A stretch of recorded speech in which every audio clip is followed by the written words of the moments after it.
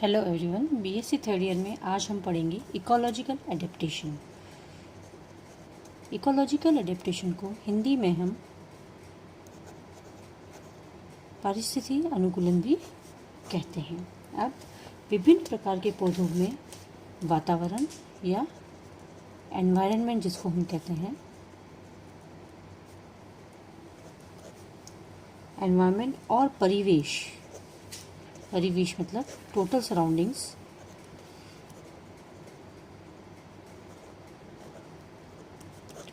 विभिन्न पौधों में वातावरण और परिवेश के अनुसार निरूपित अनुकूलन लक्षणों को पादप अनुकूलन कहते हैं। मतलब किसी भी पौधे में वातावरण के अनुसार और उनके चारों तरफ के एनवायरनमेंट के अनुसार जो उसमें एडेप्टेशन होते हैं उसको हम प्लांट एडेप्टेशन कहते हैं।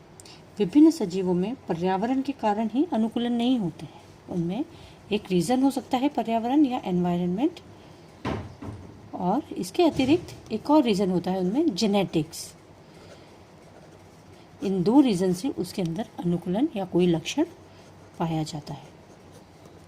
तो विभिन्न सजीवों में पर्यावरण के कारण ही अनुकूलन लक्षण नहीं होते, वरन वंशागति के द्वारा भी इसका संचरण पीढ़ी दर पीढ़ी होता रहता है। फॉर एग्जाम्पल, अगर हम नागफनी का पौधा लें, नागफनी जिसको हम इंग्लिश में ओपुनशिया कहते हैं, ठीक है। सामान्यतः इस पौधे में यह जीरोफिटिक प्लांट है, मतलब मरुद्भूमि में पाया जाता है। मरुद्भूमि इसकी प्रकृति होती है और यह इसकी में पत्तियां रूपांतरित हो जाती है कांटों के रूप में। तो अगर हम इसका एग्जाम्पल लें तो हम देख सकते हैं कि यह शुष्क आवासों में पाया जाता है और इसके पादप शरीर पर कांटे पाए जाते हैं जो कि पत्तियों का रूपांतरण होते हैं। लेकिन अगर हम इसको शुष्क की जगह नम प्रदेश में लगाएं तो भी इसके अंदर कांटे उपस्थित होंगे, अर्थात कांटे इसका वंशागत लक्षण भी या आनुवांशिक लक्षण भी है। अतः अगर हम इसको बगीचे में या किसी नम जगह पर लगाएं तो इसके शरीर के कांटे विलुप्त नहीं होते हैं। हालांकि पर्यावरण में बदलाव के अनुसार इसकी संरचना और कार्यशैली में हल्का सा हमको परिवर्तन दिखाई देता है, ठीक है। अब ये माना जाता है कि सजीवों के लिए, विशेषकर पेड़ पौधे के लिए, water is an important factor, है ना। हमारी जो जितने भी पारिस्थितिकी तंत्र हैं या हम जितने भी टाइप की वेजिटेशन पढ़ते हैं उसमें सबसे इम्पॉर्टेंट हम वाटर को हम फैक्टर मान के चलते हैं। और अर्थ पे वाटर का सोर्स होता है रेन, बारिश की वजह से यहाँ पे वाटर है। तो वॉर्मिंग इज़ अ साइंटिस्ट का नेम है वॉर्मिंग, जिन्होंने 1895 में according to the availability of water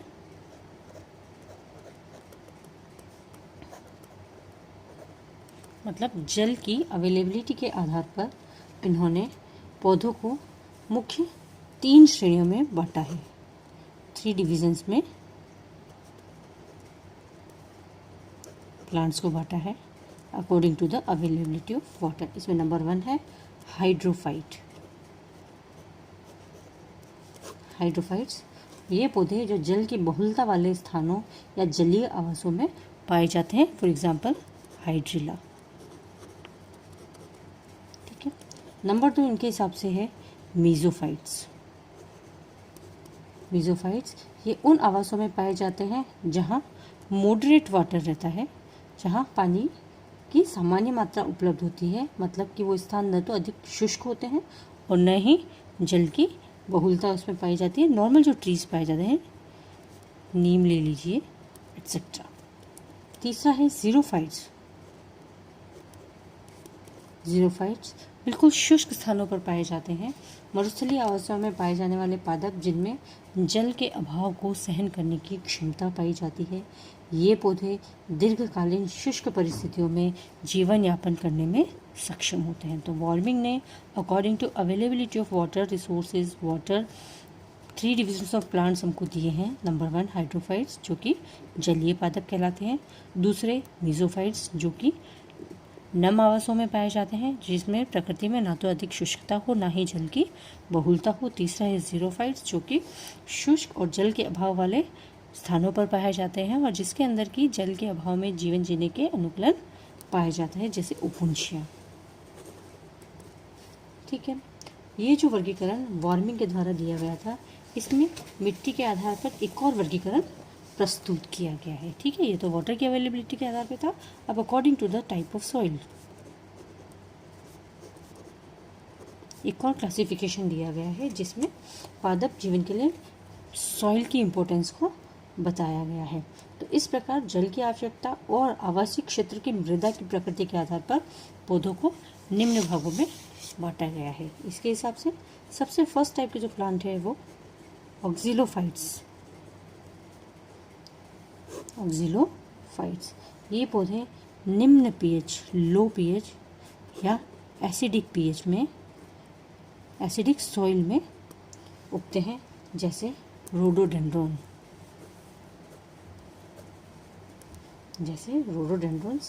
ऐसे क्षेत्र जहाँ वांछित जल एवं द्वारा मृदा के लवणों का निरंतर प्रक्षालन होता रहता है, वहाँ की मृदा अम्लीय प्रकृति की हो जाती है और यहाँ पे कैल्शियम की मात्रा नहीं के बराबर होती है।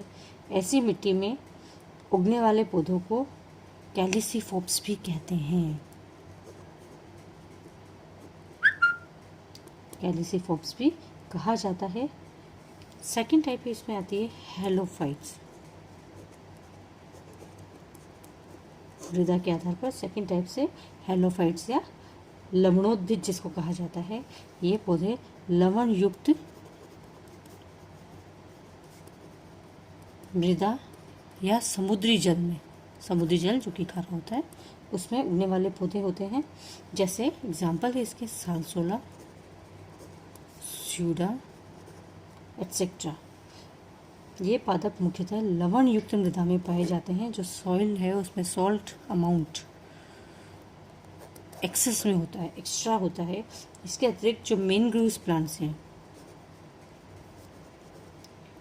प्लांट्स जैसे राइजोफोरा जिसमें न्यूमेटोफोर्स पाई जाती है, एविसीनिया, राइजोफोरा, एविसीनिया इत्यादि को भी लवणोद्भिद माना गया है, क्योंकि ये पादप लवणीय जलाक्रांत आवासीयों में पाए जाते हैं। वाटर लॉक्ड कंडीशंस में ये पाए जाते हैं। तीसरा है बालुकोभिद, सैमोफाइट्स। ये मरु प्रदेशों की बालू रेत या रेतीली जो मिट्टी है या बजरी है उसमें ये उगते हैं। इसका एग्जाम्पल है लेप्टाडीनिया,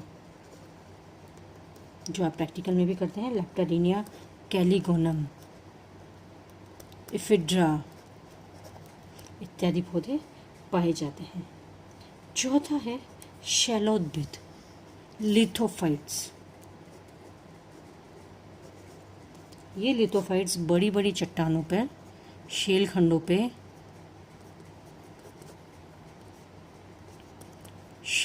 पर पाए जाते हैं, बहुतायत से उगते हैं। ये पथरीली भूमि पर उगने वाले पौधे हैं। इनमें एग्जाम्पल है यूफोरबिया, जो हम थोर कहते हैं। एग्जाम्पल है यूफोरबिया और यूफोरबिया लेमिडागोथिस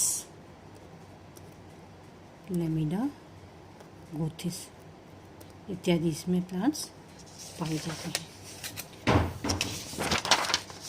पांचवा प्रकार है इसमें साइक्रोफाइट्स।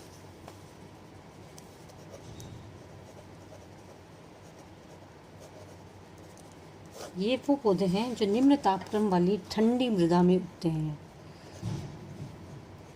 निम्न तापक्रम होता है जहाँ का, वहाँ की मृदा ठंडी होती है। हिम आच्छादित चोटियों पर पाए जाते हैं, माउंटेन हिल्स, जहाँ पर स्नो कवर रहती है। ठीक है, माउंटेन हिल्स जहाँ पर स्नो कवर रहती है वहाँ पर पाए जाते हैं। इसके एग्जाम्पल है प्राइमूला, जंकस एटसेट्रा। इसके बाद 6 नंबर पे आता है चैस्मोफाइट, जो रॉक सर्विक्टिस या फिर चट्टान की दरारों में पाए जाते हैं।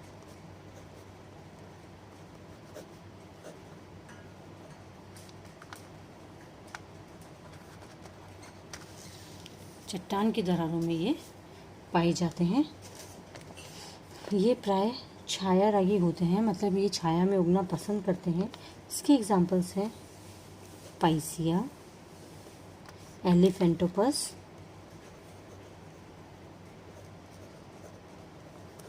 एट्सेट्रा। इसमें सारे फर्न्स और मॉसेस भी आ जाते हैं जो हम ब्रायोफाइट्स के अंदर स्टडी करते हैं। नेक्स्ट है एरेमोफाइट्स। ये पौधे डेजर्ट में जो ग्रास लैंड पाए जाते हैं वहाँ उगते हैं, जहाँ पे ऊसर भूमि होती है। क्वालिटी क्या है इसकी? ऊसर भूमि में लगते हैं ये। इसको चिरसोफाइट्स कहा जाता है। सॉरी, ये एर्मोफाइट्स है जो डेजर्ट में घास के मैदानों पर पाए जाते हैं, वहाँ की भूमि ऊसर होती है। नेक्स्ट चिरसोफाइट्स।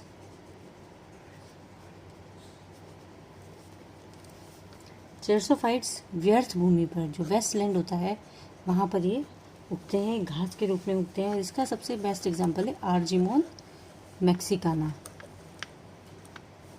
जिसको हम हिंदी में सत्यानाशी का पौधा भी कहते हैं। नवा प्रकार है इसका साइलोफाइट्स। साइलोफाइट्स ये पौधे हैं जो अफ्रीका के सवाना घास के मैदानों में पाए जाते हैं। इसमें वृक्ष कम होते हैं और घास ज़्यादा होती है। घास की वैरायटी बहुतायत में पाई जाती है।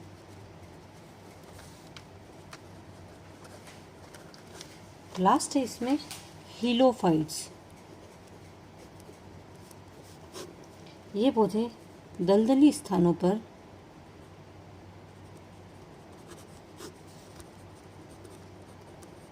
या कीचड़ में पाए जाते हैं। इसका बेस्ट एग्जांपल है मार्सिलिया, जो एक टेरिडोफाइट है और हम इसको प्रैक्टिकल में करते हैं। तो भूमि के आधार पर हमने इसकी 10 वैरायटीज़ हमने पढ़ ली। नंबर 1 है ऑक्जेलोफाइट्स, फिर है halophytes, then psammophytes, lithophytes, psychrophytes, chasmophytes, chersophytes, eremophytes, xylophytes and halophytes. तो ये वैरायटीज़ है अकॉर्डिंग टू सॉइल और अकॉर्डिंग टू द वाटर। इनकी मुख्यतः 3 वैरायटीज़ पाई जाती है, hydrophytes, mesophytes and xerophytes. Thank you.